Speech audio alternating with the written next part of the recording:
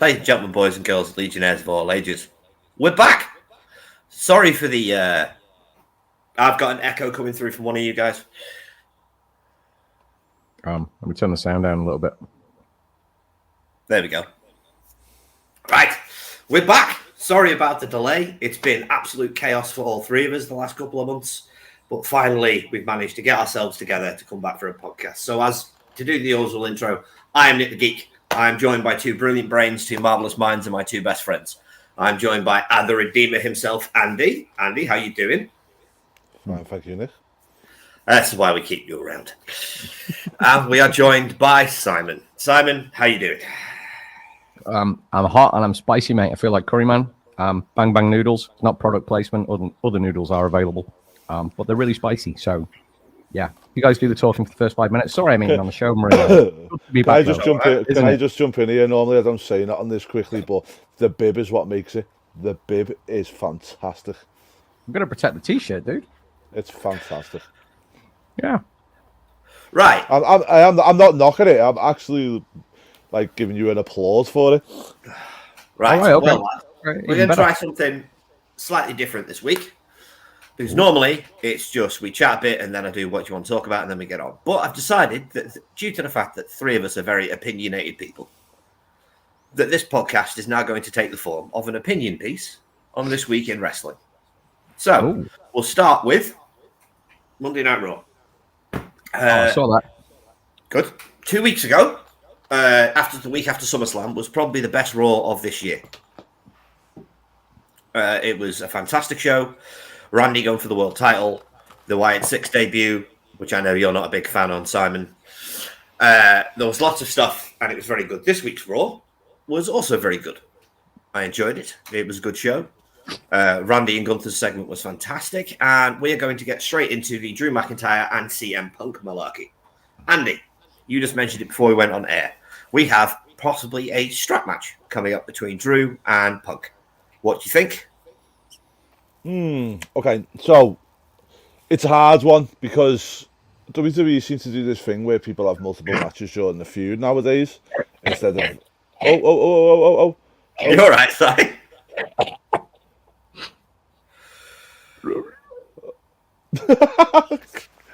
I'm sorry to laugh, but he sounds like one of them. The dangers of live television, gents. That's God. Side box wife if you're alive. He's good. Yeah. Right, so I feel terrible talking, but the show must go on, I suppose. So with this, it's like it's a fine balance. So I understand that they do this thing now where they do multiple matches during the feud instead of building to one feud. The one thing that I'll say during the Triple H era, which I haven't particularly liked in a way, is you can continue a feud and have people going without putting them one-on-one. So Agreed. for everything that they're doing, but at the same time, I feel like with it being in Berlin, years ago with WWE, we used to have this thing where they'd come to the UK or they'd come over here and not to mean anything because they wouldn't continue with the feuds or whatever. Correct. In a way of, they do one-off matches for the English crowd now, or the European crowd in this case. Now, with CM Punk, it's kind of like, okay, you've got to have him on the cards because it's a good opportunity for a lot of German fans that probably haven't seen him wrestle or haven't seen him wrestle in a long time to see him wrestle.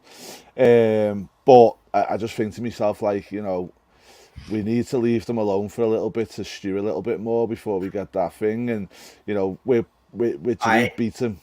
I have a counterpoint for you. This feud started after the Royal Rumble. And unfortunately, as we both know, Punk was injured for about 5 months. Now, yes, they've had the one match at SummerSlam, which was very good. Drew won. But Seth was in the way. Now Seth has been written off TV and he's injured. We can finally get down to Drew versus Punk without any shenanigans in the middle. Okay, can I ask you something then as well? Because we know for a fact Punk's going to win this match and then it's going to go into a third match, right? Let me ask you both one question.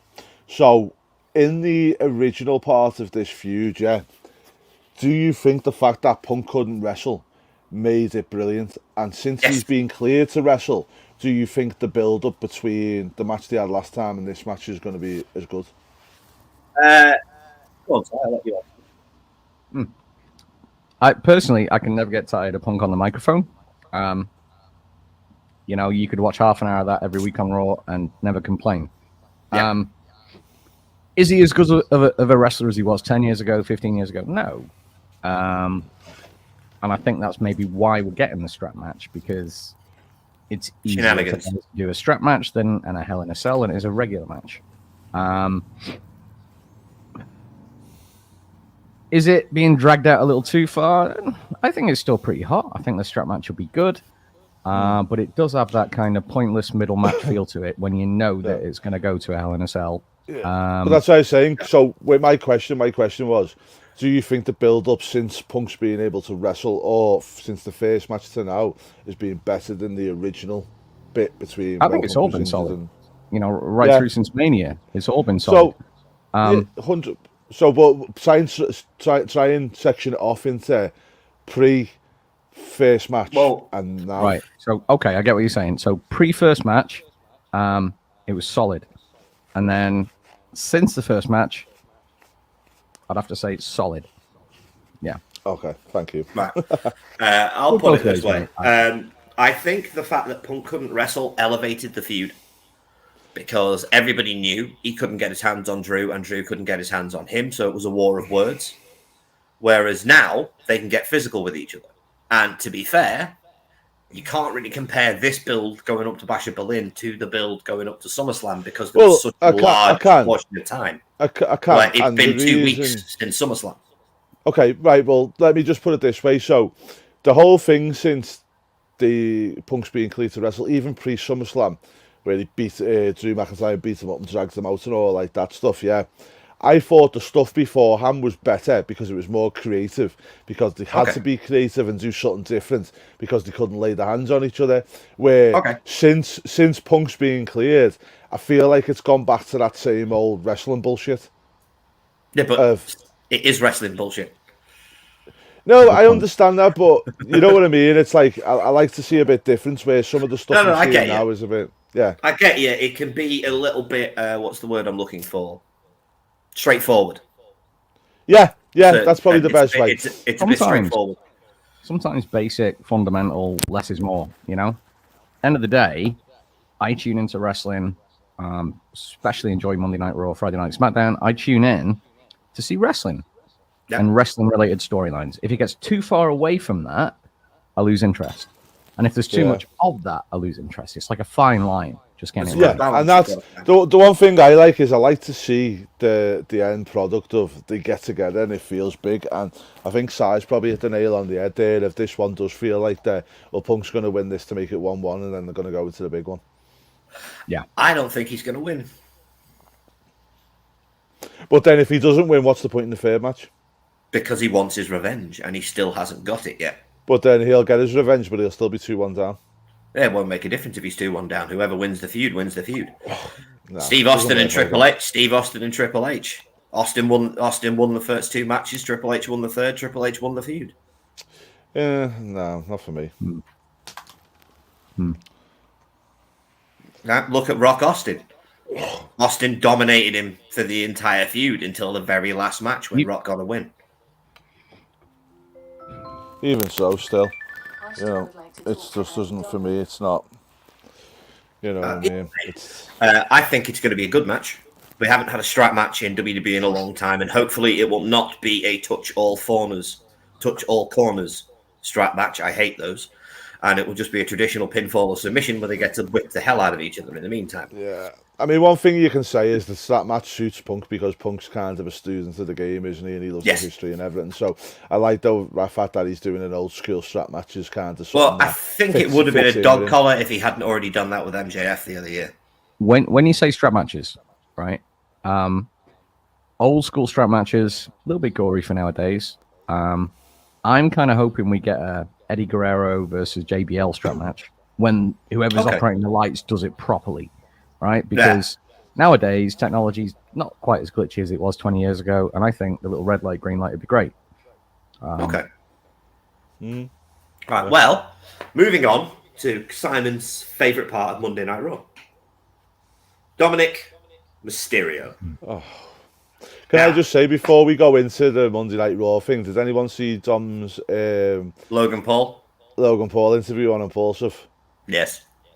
The boy is Oh, it was hilarious. Absolute. The boy is hilarious. Logan you- was absolutely Yeah. fuming by the end of Have, that. have, you, It was se- great. have you seen it, Si?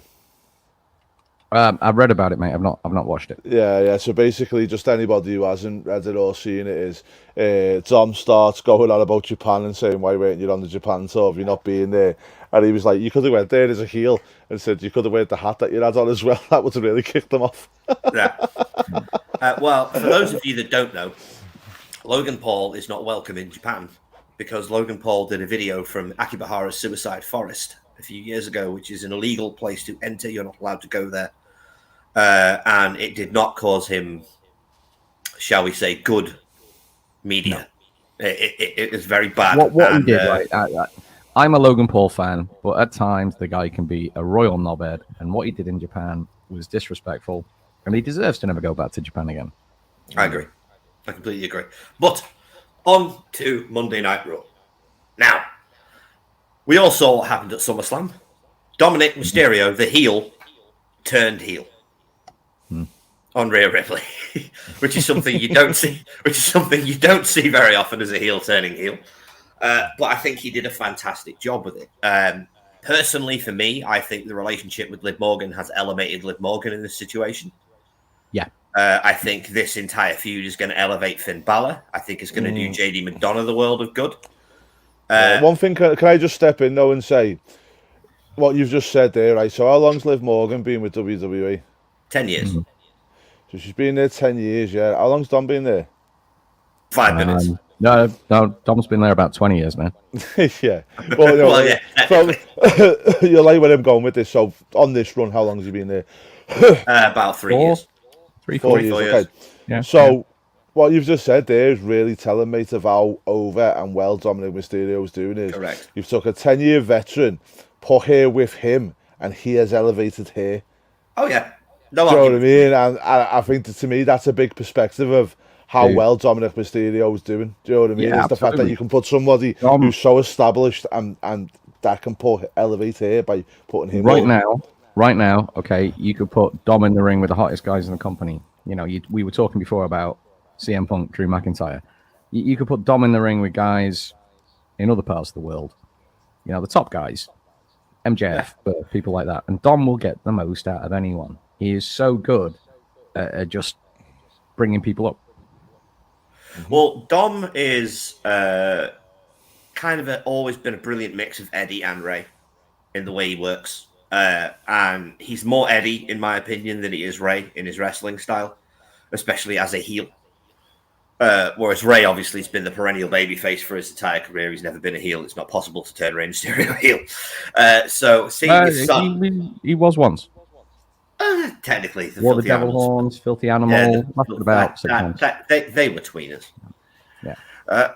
But the question I have for you, Simon, because I feel that you have the best, is where, other than we're now getting the mixed tag between Priest and Rhea and Dominic and Liv, do you see a Rhea versus Dominic match Yes. in the future of this feud? Go on. Yes. You do it at Bad Blood. You do it in Hell in a Cell. Right? It's more important than Rhea Liv for the title. Yeah. Or do you drag it out and save it till WrestleMania? I That think is the WrestleMania. question. That is the question. To me, Rhea versus Dom is the biggest match on the books right now. There'll be the most crowd reaction. You know, Rhea open Raw this week. She has been a couple of weeks on the bounce now. They're using her as the lead-in. They're using Dom as the cash cow throughout the show. It's going to happen. I think we'll either get it Hell in a Cell or we'll get it at Mania. Yeah. And also, can I just say that that's another testament to Dom is you can put certain people in the ring with a woman and a man at the moment time and it will destroy their career. Yeah. To me, again, it shows how good of a role Dom's playing and what he's doing. And the fact is, I don't believe that hurts him at all. If anything, I think No, it it doesn't. elevates again. It helps. I mean, Can I just add here, right? Yeah. I also think there's a lot of hype about the next Netflix era. You know, who's going to drop the F-bomb first? Who's going to be the first guy to hit a girl on the show? I don't think it'll be as big as we're expecting it to be. I think there'll be little things drip fed. Yeah. But I do think that we are going to see Rhea and Dom elevate as soon as they're on Netflix. Yeah. So I've got a very pressing question for Si. Does your girlfriend let you eat chicken tendies? Chicken tendies? Yeah, mate. Tendies are allowed. Yeah. It's not a girlfriend if tendies aren't allowed, right? Well, there was a certain person in LA who got a cob on because we kept eating tendies. What? Anyway, Andy, question for you. Obviously, besides Rhea and Dom being the focus of this feud, which they are, Priest and Finn are kind of the other element of this. Now, a lot of people figured this was going to be for the world title, but the smart people among us knew Gunther was never losing at SummerSlam. Now, Priest has been pushed as a now super babyface. He's getting great reactions. Obviously, I think a large portion of the reaction he's getting is due to the association with the described story. Who do you see coming out of this as the winner, Finn or Priest? I'll be honest, I don't know, because there's at the moment, like in a lot of feuds, you kind of know where the story is going, even with bloody Cody Rhodes with his story. It's like, you always knew he had to win in the end. The one thing I like about this story is there's a benefit to both winning. Agreed. There's a real benefit to both winning, so it's not as easy to determine who's going to come out on top because, obviously, bloody spoiler alert, obviously we know wrestling's predetermined, but so the way I look at it sometimes is, it's all right. But the way I look at it from time to time is who is going to benefit more from it. So for me, Gunther couldn't lose to Priest. I didn't think it made sense. No. It'd elevate Gunther, he'll go on his run now, etc, etc, etc. When Cody beat Roman the second time, we knew it was going to happen. It had to happen. It was at that point. We have these stories happen all the time where things like this happen. But when you look at this particular storyline, for me, there's beneficials for both of them. So you can, it can help Priest go on the big the run or whatever, but then on Finn's Bella's side, they can get the most heat and bring back the demons, etc, etc, etc. So there's on both sides there's a lot. One thing I will say is, just very quickly, and I'll hand over to you, Si, is I thought that the reaction was great. And whoever wrote Priest's promo done a great job when he done the whole line of I've lost my family, but I've gained my family. Really good, strong baby face promo. Do you know what it reminded me of? In a lot of ways, just that breakthrough promo. It was like Kevin Nash's Diesel the night after he lost the belt. And he came out with a glove on. He's like, if you're with me, you're with me. If you're against me, you're against me. It was that kind of like... energy. No, I'd agree with what I was going to say. There's a few things I don't like about the booking recently and the switching of people between brands and stuff like this, right? We had Gunther, right, who in my mind should have been a Cody opponent. But no, we put him against Priest and he won the belt. And it was good. It was good. Priest was good. Gunther was good. It was good. I was proved wrong.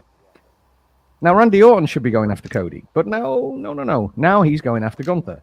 Now, in the little confrontation, I think it was last week, Randy said something about fighting a German in Germany. He's Austrian. And nobody corrected him, right? So Gunther, for those of you that don't know, is Austrian. Austria is a different country to Germany. The fact that Michael Cole didn't even correct it or anything.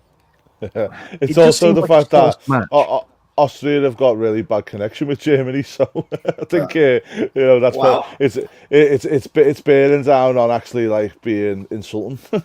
I actually have a question about that match for you both. I'll let either one of you answer it. Right, Randy in that promo last week turned around and said, in. "What's happening, Dale?" Hey Dale, how you doing? Dale? What we got?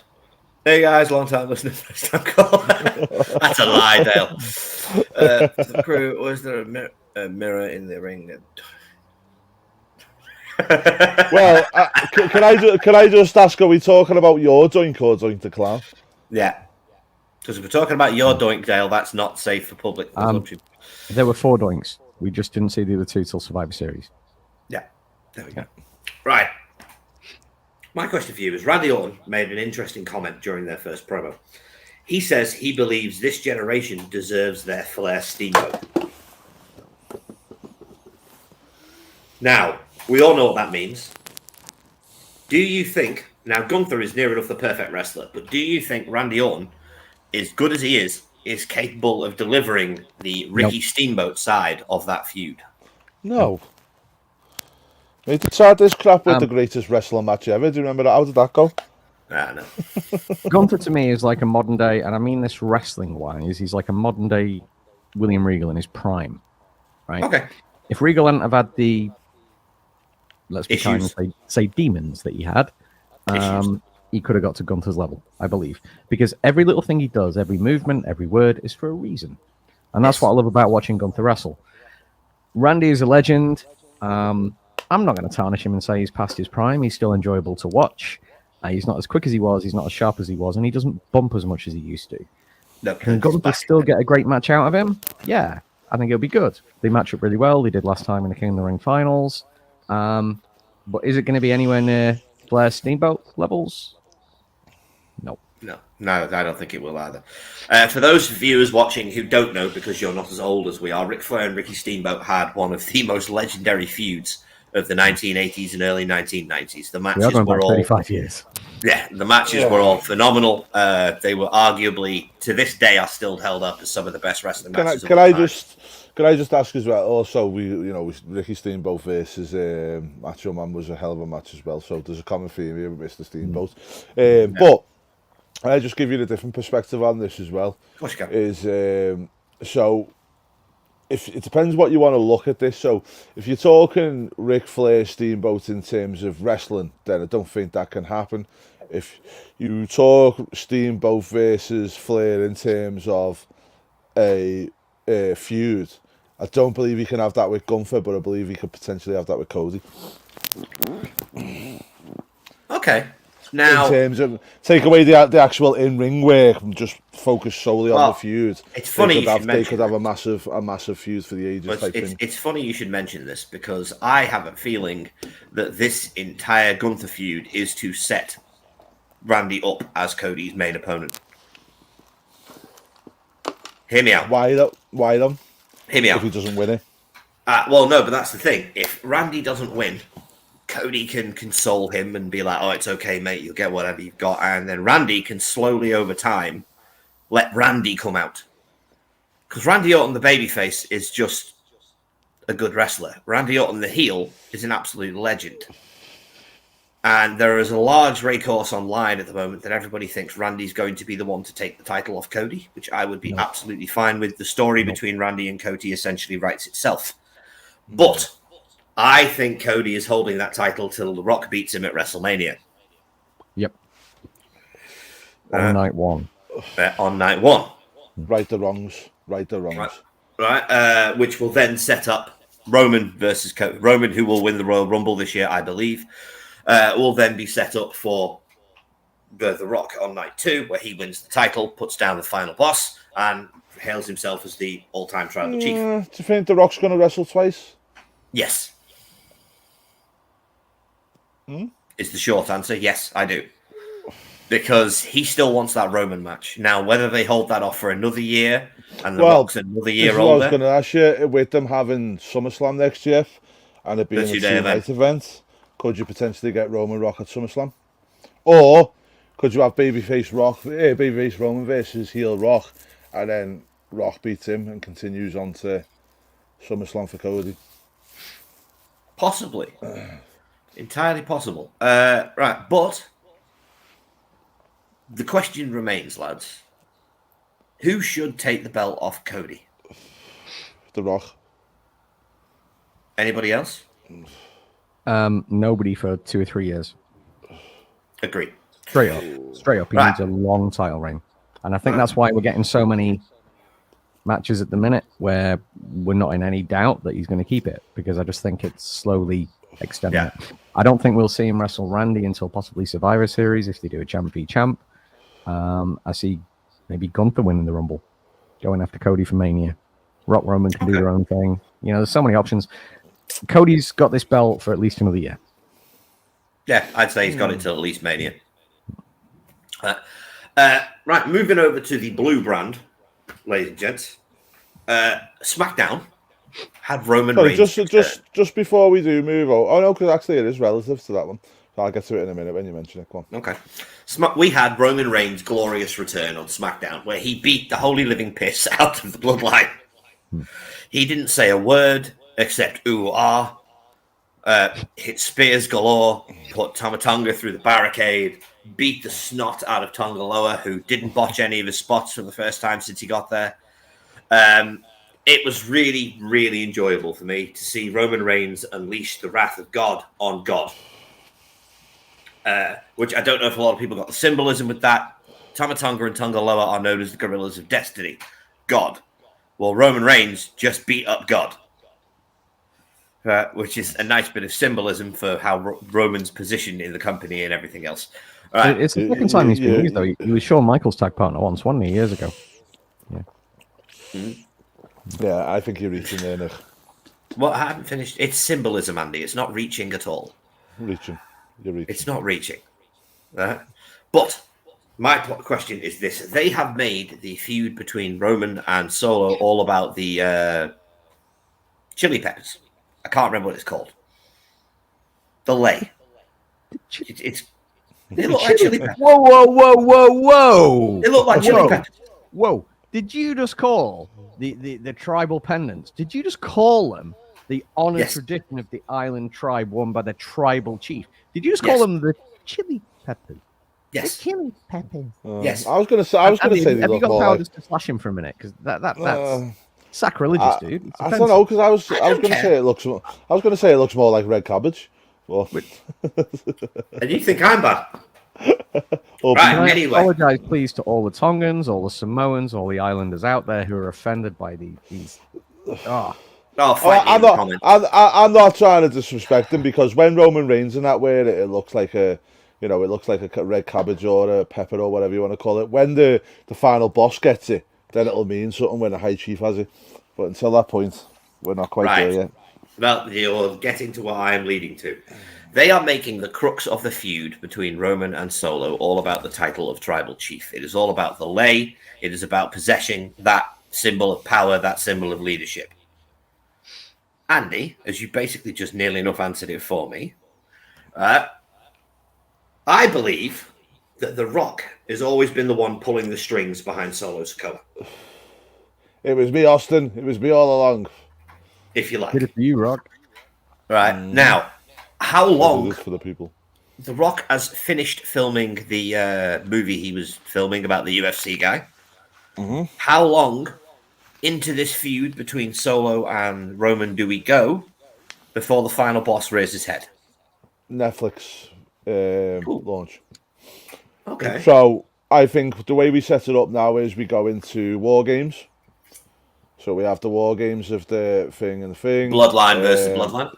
Yeah. Then we have probably the match for Solo Roman, first match round Bad Blood time maybe, or whenever we look at that. And then after that, I think like round the Netflix time, it's going to be, well, I might be the Tribal Chief, and then Roman, the line will be something along the lines of, who decided you were going to be the Tribal Chief for you? Did you just decide that? And then he'll go, no, the High Chief did. If you smell. Okay. Job done. I like that. That's good. I think ideally for WWE, it would have been around Survivor Series. But Rock has got Moana 2 coming out around then. And he's going to be spending, I would imagine, a lot of time promoting that internationally. So I'm with you, Andy. I think January. Yeah. I mean, the only thing, you might get a Rock coming in at some point round that time because of the Moana. It might make sense for him to kind of come and do a bit on WWE, because it makes sense to give a bit more exposure on that side of things. But, you know, if he does, I think it'll just be a one and done, and he probably won't even get involved in all that. He might come out and give Cody a bit. But the only other thing is, with Rock having a heel character, do you really want him coming and promoting a Disney movie? Do you know what I mean? That's a good point. All right. Moving on, guys. Now, I said I wouldn't do this, but something got announced this morning that I think Andy's going to have an Sorry, interesting opinion on. just before we go to that, just relative to the bloodline story and stuff, is obviously we've got the bloodline, blah blah blah, all going on at the moment. The infeuding bloodline. Eventually, that will settle out, and we'll get the established bloodline again, because I don't think the bloodline will leave at that point. Okay. Do we see a Nightmare family at any point now that Arn's back and we've got Wheeler coming? Wow. It's funny you should mention that, because guess whose contract comes up in October? Go on. Dustin Rhodes. And who else's contract's coming up soon? Many people who go. Cody's other little mate. What's his name? Ricky Starks. Oh, Ricky Starks. Yes. Well, I firmly believe Ricky Starks is going to end up in WWE. I think he'll go tremendously there. He's basically built for that company a lot more than he is AEW. I also think Dustin is going to return home. And I think next year's SummerSlam, when Cody is no longer World Heavyweight Champion, we are going to get Dustin and Cody versus the Usos. Do you know, when we first had that, and I know you can argue that, yes, it wasn't Dustin and Cody, it was Goldust and Stardust. But that was a phenomenal tag match when we had it. Yes, it was. 8, 9, whatever years ago. It was great. Yeah. So, yeah, you could spin that as well as the fact is the whole reason. I mean, do you know what would be quite good? Is if they'd done something along the lines of the storyline that brought Stardust in, where they had where they had them going for titles and losing them, and then they could kind of actually do the same thing again and tease that they're gonna go back to the Stardust Goldust stuff. Sorry, Andy, sorry, mate, we've got a very important question here from Dale. Would you like to read it, Nick? The question is, was Camille's debut on AEW done poorly, since it really didn't come on the heels of a win or a loss from Sasha? Camille should have been business being around that one. Can I take this one? Honestly, I thought he was dead, God rest his soul. I've not seen him wrestle since maybe 92, 93, when he fought Undertaker. I thought he was going for the White House. Maybe he is. Maybe he's not. Kamala or whatever her name is. But in all seriousness, can I just give a little run for this? Yeah. So fuck Sasha Banks, right? Because she's shite. She was shite in WWE. She'll be shite there. And also, can I just make an announcement? You are not Shawn Michaels. You do not have Diesel. Get over yourself, you gimp. Okay. Well, that moves me over to AEW, which is where this next question comes from. Now, I said I wouldn't talk about AEW, but something happened and was announced this morning, and I feel like you're going to have an interesting opinion on it. Yes, I know. For the first time in 3 months, the tag team titles were defended. That was the second thing I was going to mention. Oh, sorry. The first thing I was going to mention was Tommy Billington. Tommy Billington has just signed with AEW. Now, for those of you that don't know, Tommy Billington is the son or nephew. Is it son? Nephew. Thank you. Of the Dynamite Kid. He looks like Dynamite. He wrestles like Dynamite. He is brilliant. He's way beyond his years. Now, my question is, it turns out that the day after he wrestled in AEW, Triple H contacted him and offered him a deal. But it was for NXT, and Tony Khan basically offered him more money, and Tommy stayed with AEW. Now, Andy, I know you're a huge Dynamite Kid fan. He's your favorite wrestler of all time. Do you think Tommy going to AEW is going to behoove him, or do you think he should have signed with Triple H? So having the Dynamite Kid name might be a bit of a bad thing for him, because of obviously everything that happened with the Dark Side of the Ring. But at his young age, I don't think any exposure is bad for him. I seen Tommy wrestle. Oh God, I remember texting you too. I think at the time, didn't I? So he sending these pictures of him, and it was in a local. There was only about 30 people there. It was in a local social club around the corner from my house, and he was very, very good. He had his cousin with him. The two of them were the Billington Bulldogs. The Billington Bulldogs. Sad to say, he was the one that you looked at and you went, wow. You know, thought like the other guy was going to stifle him rather than make him better. But I feel like at the moment he's in a position where he's come from the UK. He went through Stampede in Canada, so he was training with Brett and stuff there. And AEW was probably a good move for him. The only thing I worry about in AEW for the guys who are young is how to make the cameras, do all the rest of it. But that being said, I feel like it's not a bad thing for him. I feel like if he went to the Performance Centre, it'd probably do him good. But you know, he can always go there later on. There's a lot of people that have come through WWE that have gone elsewhere and raised the stock, and I feel like he's one of the ones that is probably going to benefit more from being there. The only thing is, where does he fit in? This is my point. I feel like... Go on, Si. All I was going to add, the nearest comparison I can make is we don't know who's going to take off and who's going to be great and who's not. Tommy Billington, fantastic, but he's still young and he's kind of being dropped in the deep end right now, and it's a case of will he sink or will he swim, end of the day. But the nearest comparison I can think of from somebody who's been in technically both of those companies, even though one was only a couple of matches, and wrestles very, very similar to Tommy, you could almost call it like Dynamite style, is Nathan Frazier. And Agreed. It's taken him a couple of years, but he's been phenomenal on NXT. His tag run with Axiom, you know, everything he does is, every match he has is so crisp. But he had a couple of matches in Dark with AEW. No one really paid any attention. Yeah. Didn't get signed. And to me, that tells you that style of wrestler might be better off in NXT. Because in AEW, he's just one of the pack. He's one of a dozen 18, 19, 20-year-olds. Yeah. He's not going to stand out. I mean, he did have a match. He had a couple of matches in AEW before he signed. Yes, he fought on Collision a couple of times, didn't he? Yeah, he wrestled Dax. Yeah. You know, which kind of shows that maybe they rate him at the fact of if they put him on Collision when he wasn't even signed, it could mean that they rate him well. The one thing that I will say for him, that's probably the benefit to him, is when you're young like that, I feel like you get protected too much in NXT, and with him he can wrestle in AEW, but he will also be able to still go out and do all the traveling and the indie stuff and everything else that you can still do while you're contracted to AEW. So maybe if he stays active in that part of it, maybe that'll do him good. And I think with the fact that he's got Brett in his corner and stuff will, give him, hopefully but as much as Brett's not obviously going to be able to teach him much in the ring anymore because he's not as active as he is and stuff, but I do feel like Brett will be able to kind of manage his career a little bit well.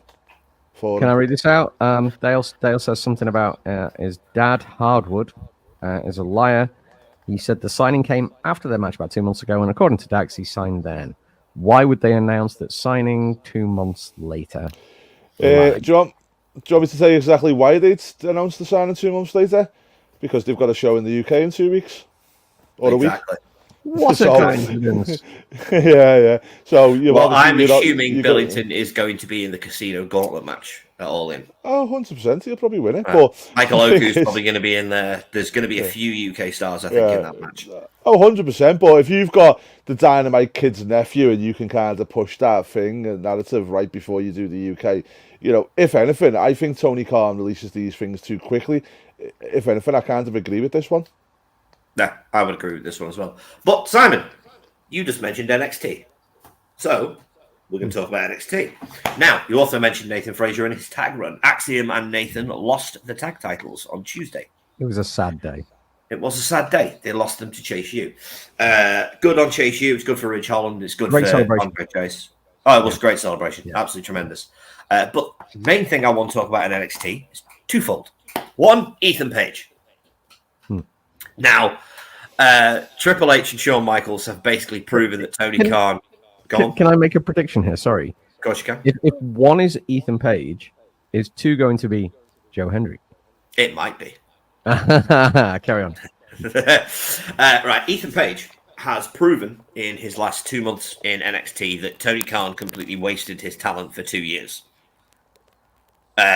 They literally did nothing with him in AEW. The guy's a tremendous wrestler. He's a tremendous talker. He's got a great personality. And I'm being nice to TK when I say this. She could say it was a case of square peg round hole. He just didn't fit. Yeah. Okay, I'll give you that. I'll give you that. Right. My question is this. Now, I do not believe Joe Hendry is going. I believe in Joe Hendry, but I do not believe Joe is going to beat Ethan for the title at the live event that they're doing. I can't remember what it's called. The deal that Joe has with NXT is apparently unprecedented. They're allowing him to use the Performance Center while he's still fully contracted to TNA. He's now getting... logically, I see him winning the number one contenders match due to the fact that he's the only babyface in that triple threat. So he's going to win. Simon, I know you're a fan of Joe Hendry, like I am. We've seen him live many times. Do you think... Hang on a sec. Do you think this current iteration of Joe Hendry is the best Joe Hendry there can be? Or do you think this is merely a stepping stone to finding who Joe Hendry really is? So, disclaimer, I'm even though I prefer WWE to other companies, I'm more of a fan of wrestling than corny humor.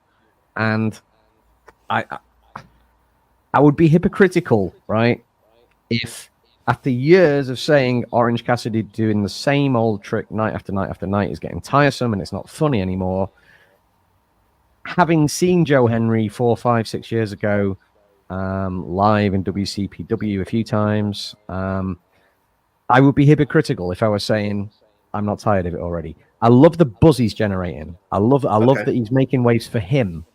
But as a viewer, for me, everything he's doing, I've seen before, time and time again. I don't want to see the same stuff over and over.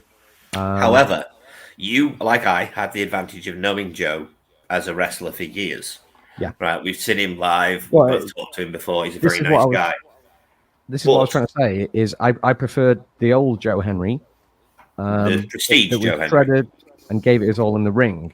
More actual in-ring competition, less gawky humor, if you get what I mean. But I understand that I'm in the minority there, you know? No, it's fine. Everyone, you're entitled to your opinion, Simon, at the end of the day. Thank you. Andy, we've said his name. He may yet appear one day. What do you think of everything they are doing with Joe and Ethan? Do you think this is a wise move, or do you think this is too soon for Joe Hendry, or are they catching lightning in a bottle while they can? So Joe Hendry, I think they see a massive star there, same as I do. So obviously, I've same as yourselves, I've known Joe for a number of years, watched him a number of years. Still think the best one was when he done the Ronan Keaton song in Grimsby. That was hilarious. But I think with Joe is, I feel like, have you seen the deal they've given? Yes. So he trains at the Performance Center crazy. all week. He still does TNA and he can still do shows. So to me, that shows you how fond they are of him. Also, I feel like he's a very smart guy. And I think we're only scratching the surface of what he can do. If you watched the Chris Van Vliet interview with him the other week, it shows how intelligent he is around the business. Like, he looks at analytics, he looks at everything about where he's trending, where he's not trending on different social media platforms. Joe Hendry is a very clever wrestler. See, I think, do you know what, right? I mean, we went to the guy's comic book store, Kevin Smith, and Joe Hendry, to me, reminds me of Kevin Smith in a way, and I'll explain why. Okay. So, if you watch Clerks 1, the first film, and the ones that he done very early on, they were good, but you could see the lower budget on them. Once you got a bit of money behind them and a bit of, like a bigger studio behind them and whatnot, you could see the difference in, like, James Allen, Bob Straight Back and Clerks 2, etc. Yeah, they got better as the production and probably the money and everything else that he had, or the facilities, should we say, that he had access to. The stuff got better, and I'm hoping that's the same with Joe. I think, like, if he's got other people to kind of control his mind, and not control his mind, but give him better ideas and give him things with a bit more production. And you're happy for Joe to excel with great production whilst portraying his authentic and artistic roots. Yeah, of course I am. Sell himself. Do you know what, mate? I'm not bothered, because if that was me, I'd sell myself out to the man 10 times over. So, but also, as I say, they look at that. But I remember watching Joe in a podcast a while back, and one of the things that struck me about him was how intelligent he was. Yeah. So obviously, I'm in business and stuff like that. That's what I do. And you're always looking at different marketing ways and things of how you hook people in and whatever else you do. I'm not going to bore you with my job because it does my head in on a day-to-day.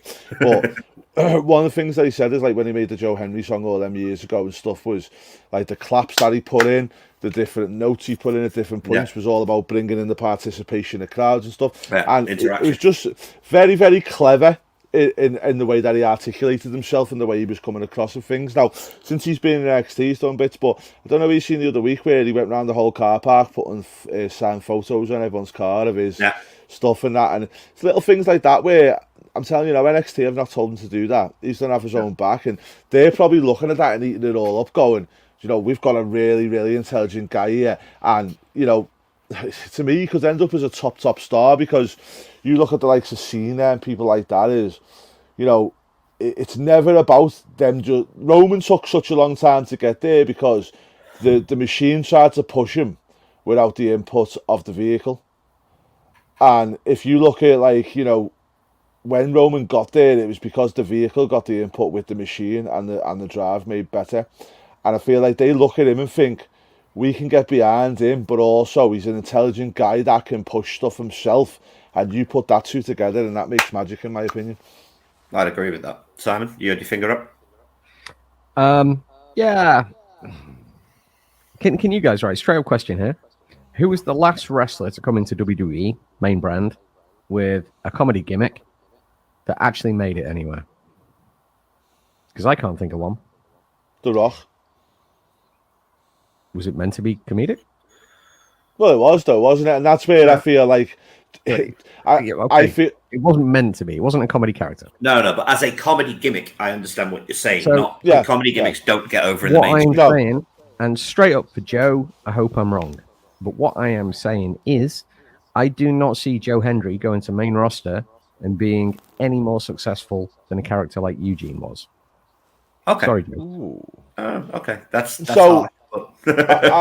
I can agree with you to a certain extent, but I feel like it's a good career, it's like you look at like The Rock and Austin and all these, the difference between a comedy gimmick and a top gimmick is very slight, in my opinion. So The Rock, kind of with the jokes and everything he done, went from comedy to cool. You know, I've got a better example. Kurt Angle. Ooh. Yeah. Kurt wasn't comedy. Kurt Angle's association with Edge and Christian was 3 years long, and it was a complete comedy act. But he came in. Kurt got his business done in the ring, right? But when he was outside of the ring, he was a complete comedy act. You look at all the stuff he did with Austin during the invasion, the little cowboy hats, the guitars. Kurt Angle understood that comedy can be a very essential part of a wrestling character. But The worry for Joe Hendry is if they try and make everything that he is the comedy character. I myself think this is going to be a good launching point for Joe, where he will keep the song and he will keep doing the songs of certain feuds for certain opponents, but when it comes to his in-ring work, he'll be totally serious. See, this is what I say. This is a wise man once told me, sometimes less is more, right? And with Joe, I feel like you've just hit the nail on the head. So for me, is don't give them it all the time. So have the song, have all that stuff, but then like in a major feud, bring a song out now and again, or do a little thing here. Otherwise, but just keep it. If he doesn't save his best, he's going to end up like MJF, and he'll be on the top show in a couple of years, doing the same promos he did in smaller companies a couple of years before. Word to word. And that's where I feel like.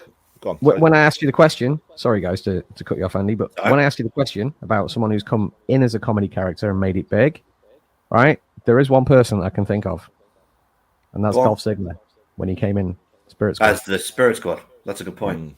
Yeah. That is I just feel like with him at the moment, for me, it's kind of like he's coming in here. You've got Netflix coming up, which will give more creative control. So I feel like if he's going to go anywhere, Raw will be the brand for him. I'm sorry, 100%. Dale. No, Dale. Otis has not made it big. Right? Otis has not made it big. Whoa. And neither with his original partner was Tucky. What? Tucky. Yes, Tucker. Right? They weren't a comedy character straight away. He was a serious bulldozer. Right? It took at least a week before he's a comedy character. It was heavy machinery. But lads, it has come to that time of the day. Sorry, can I just go back to Joe for a minute again? Go. Yeah. So I was saying before, like, with the Netflix, you can kind of give them that creative freedom a little bit more with what you can do on there. But I feel like he is a bit of a comedy character. But I think the way that if you look back at his NXT, just focus on NXT and what he's done there, is we've had one little rock show that he done or whatever it is. Yeah. Do you know what I mean? Which was interrupted by Gallus and turned into a feud. But apart from that, they haven't really done a lot of the comedy stuff with him. They've done bits, but not a lot. And if that's the route that they're going to go with him, and that's the things they're going to do with him, then, you know, there's hope there, isn't there? Yeah, there is indeed. And also, did anyone see the fact that the UK have asked them to write the song for Eurovision next year? Yeah. Yeah, it's true. Which is hilarious. And Yeah, brilliant. but also, can you imagine if he'd done it and the WWE jumped all over that as well? Yeah, that'd be Unreal. Unreal. Where have you heard this? This is It was on the BBC. Unsubstantiated rumor. I'll send you the link now. Hang on. right. This needs Either way, verifying. gents, we're coming to that time of day where I ask you both, what do you want to talk about? Well, I just want to verify this first, if that's all right. That's fine. Right, in the meantime, I'll do some shilling. Ladies and gentlemen, if you enjoy what we do here at Wrestling Legion, if you like the content we put out, please subscribe to the channel and join the Legion. It's a big help, it's free, and it's the only way the YouTube algorithm really knows we exist. On top of that, we have more shows coming. This Saturday, I hope, I will be doing a new biography series with our friend from Raw Ball, the Captain, covering, to start with, Surfer Sting. Other than that, we have lots of other stuff in the pipeline. As I say, I do apologize that we've not been around. He's been busy with work. He's been busy being a dad. And my life has been absolute chaos for the past 2 months. He's been busy masturbating. What is it with your obsession of me wanking, mate? I'm seriously getting concerned. Dude, you said in the group thread before, and I quote, you had been up for 2 days straight. Yeah. I'm glad I've been someone got onto awake it. for 2 days straight. My exact words were, I haven't slept in 2 days. You said you'd been up. No, I can look at Wrong the leg video forward. message right now, and it says, I haven't slept in 2 days. Okay, my bad. Thank you. And then when we were starting the podcast, he actually replied in the chat, coming now. Yeah, I know. I thought Why? that was a joke. Why hadn't you slept in 2 days? Is it because you Insomnia. were feverishly... Because what? Insomnia. Maybe it's a low testosterone level. No. I wank far too Crap. much for that. Cramp. So on that note, This is the people I have to work with. Right, back to the what would I you like want to to talk about? Do you want to go first, Andy? Yeah, so I got announced. There was rumours circulating online, and it actually come out in quite a lot of posts, actually, and even some reputable news sources. So I assume that they kind of verified it. That apparently Linda McMahon's been saying to people that Vince McMahon's health is really, really bad. He's really in a bad way now. Do you know what? It's kind of funny for me because straight away it goes. I have a house, Dale, not an apartment. It kind of, for me, straight away it goes to is this all a kind of ruse for the This is trial the man that wore a afterwards, neck or- brace during the steroid trial. Yeah, but then on top of that, it's kind of like, would Linda be saying that after what he's been accused of and stuff? And then also you forget how old he is. So it's kind He's of 79 this year, Um, same age as my dad. Yeah. I've just seen an update here 29 minutes ago on the All Elite Wrestling socials. I'm not sure if you guys know about this. It might be a bit of a scoop. Next year, All In is going to be in Texas on July the 12th. Does this mean that they've abandoned Wembley because we might be getting a certain other show there next summer? Don't start it. I hope so. That's all I can deduce from that. No. I hope we're so. getting But, summertime. if you look at All-In sales, like we were there last year. Yeah. We were at All-In last year. It had the crowd was huge. It was a tremendous thing. But this year's ticket sales are roughly around half of last year's ticket sales. And they haven't You got said half it the last year. talent they You have. said it last year after the show, Simon. There's no way in hell they're selling Wembley out again next year. Novelty factor. And the novelty has worn off, and they haven't done it. And unfortunately, All In, they had the chance to make it their WrestleMania, and they really didn't try.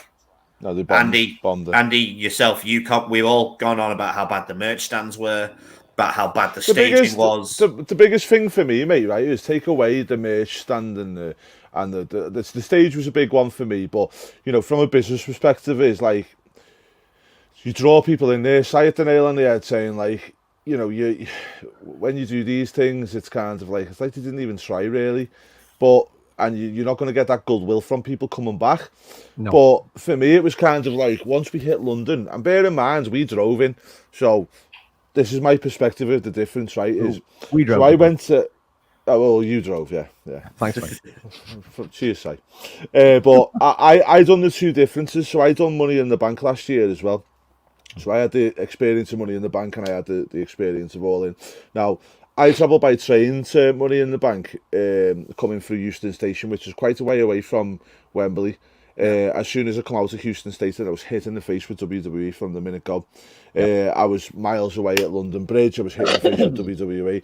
I was down by Covent Garden. I was hit in the face with it. We drove pretty much, well, Si drove pretty much right next to the stadium, and we only were about half a mile away, if that. And there was up until the point, sign.